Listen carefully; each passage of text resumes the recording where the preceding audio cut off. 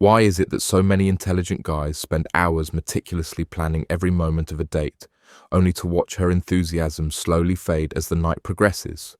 You did everything right. You researched the perfect restaurant, planned the optimal route, prepared conversation topics, and even rehearsed your jokes. Yet somehow, the connection feels forced, the conversation seems scripted, and that spark you were hoping for never quite ignites. Think about it. How many times have you found yourself obsessively checking your phone, making sure everything is proceeding according to your carefully constructed timeline? How often have you felt that sinking disappointment when your perfect plan starts to unravel? You were raised to believe that preparation leads to success, that attention to detail is what separates excellence from mediocrity. In school, you were rewarded for planning ahead, for having all the answers before anyone else. But somewhere along the way, this strength became a limitation in your dating life. The truth is, what makes you successful in many areas of life might be exactly what's holding you back when it comes to creating genuine connection and attraction. The very planning and control that serves you so well professionally can become an invisible wall between you and the woman sitting across from you.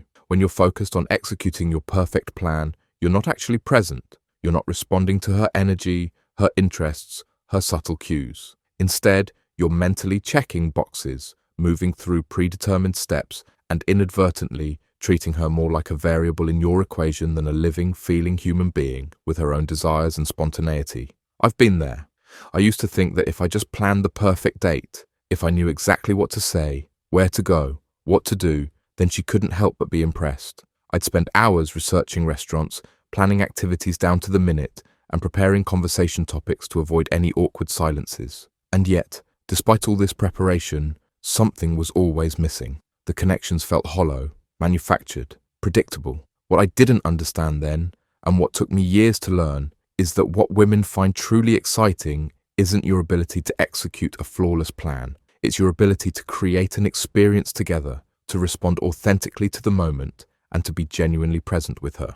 Think about your most memorable experiences. Were they the ones that went exactly according to plan? Or were they the unexpected adventures, the spontaneous detours, the moments when things didn't go as expected, but somehow turned out even better? The most attractive quality isn't perfection, it's presence. It's the ability to fully inhabit the moment, to respond to what's actually happening rather than what you planned would happen. It's looking into her eyes and truly seeing her, not as a component in your perfect day algorithm, but as a unique individual with her own energy and desires. So what's the alternative to over-planning? Is it just winging it completely, showing up with no plan at all? Not quite. The sweet spot lies somewhere in between, what I call intentional spontaneity. It's having a loose framework that creates opportunities for authentic connection while remaining flexible enough to follow the energy of the moment. Here's how to practice intentional spontaneity on your next date. Start with a simple foundation. Choose an initial meeting place, somewhere comfortable where you can talk and get a feel for each other's energy. But instead of planning the entire evening, just plan the beginning, the first cafe, the first drink, the first hour. Beyond that, keep your options open. Pay attention to what lights her up. When you're talking, notice what makes her eyes brighten, what causes her to lean in, what topics make her voice become more animated. These are breadcrumbs leading toward genuine connection. Follow them, even if they take you away from what you had planned. Prepare to be surprised. Enter the date with curiosity rather than certainty. Instead of thinking, this is what we're going to do, adopt the mindset of, I wonder what might happen between us. This subtle shift changes everything. It transforms you from a director following a script to an explorer discovering new territory together. Embrace the unexpected. If you walk by a street performer who's drawing a crowd, stop and watch. If she mentions a dessert place she loves that's nearby, suggest going there instead of the restaurant you researched. If conversation flows at the first location, don't cut it short just because you plan to move on to the next activity. Create space for shared decision-making. Instead of telling her the plan, invite her into the process. I know a couple of places around here. There's a quiet wine bar or a rooftop with a great view. What sounds better to you right now? This simple act of collaboration builds connection and shows that you value her input. This approach does require something that might feel uncomfortable at first: vulnerability. When you let go of rigid plans, you open yourself to uncertainty. You might not know exactly what's going to happen next. You might find yourself in an unfamiliar situation. You might even make a mistake or encounter an awkward moment. And that's exactly the point.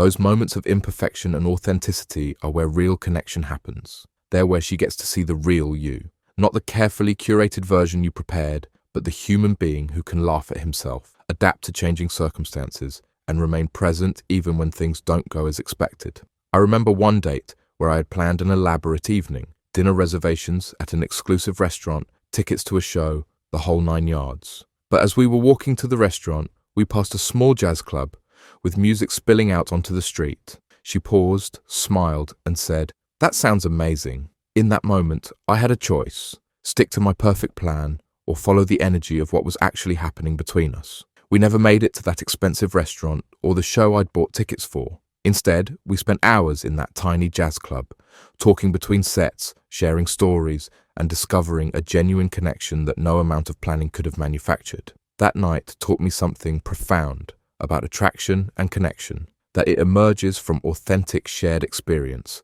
not from perfect execution. This doesn't mean you should abandon all preparation. The key is to prepare without becoming attached to the outcome. Do your homework, know a few good spots in the area, have some interesting topics you can bring up if conversation lags, dress appropriately for whatever might unfold. But hold these preparations lightly, as resources you can draw upon rather than a script you must follow. The truth is, she doesn't want to be impressed by your planning abilities. She wants to be seen, heard, and experienced. She wants to feel that you're actually with her, not just physically present while your mind races ahead to the next item on your agenda.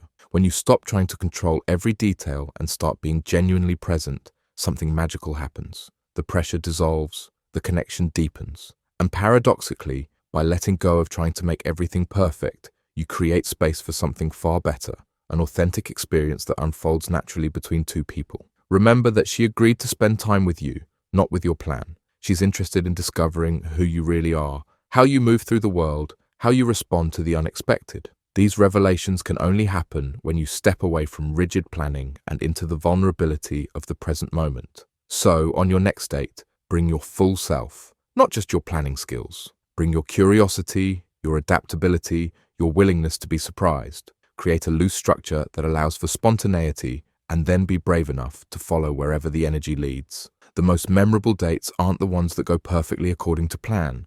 They're the ones where something unexpected happens and you both rise to the occasion together. They're the moments when plans fall apart, but connection deepens. They're the nights that neither of you could have planned, but both of you will remember. So put down the detailed itinerary, close the restaurant review tabs, stop rehearsing your conversations. Instead, focus on developing the one skill that matters more than any plan, the ability to be fully present with her, responding authentically to what's actually happening between you. That presence, that genuine, undivided attention is what creates the space for real attraction to develop. It communicates something far more powerful than any perfect plan ever could. It says, "I'm here, I see you." This moment between us matters more than any agenda. And that, more than anything else, is what will leave her not just impressed, but genuinely excited to see you again. Because in the end, what she'll remember isn't the restaurant you chose or the activities you planned. What she'll remember is how she felt in your presence, seen, valued, and engaged with, as a full and equal participant in creating something unexpected and real together. So stop planning every detail, start showing up fully, and watch as the connections in your life transform from scripted interactions to authentic adventures that neither of you could have planned, but both of you will treasure.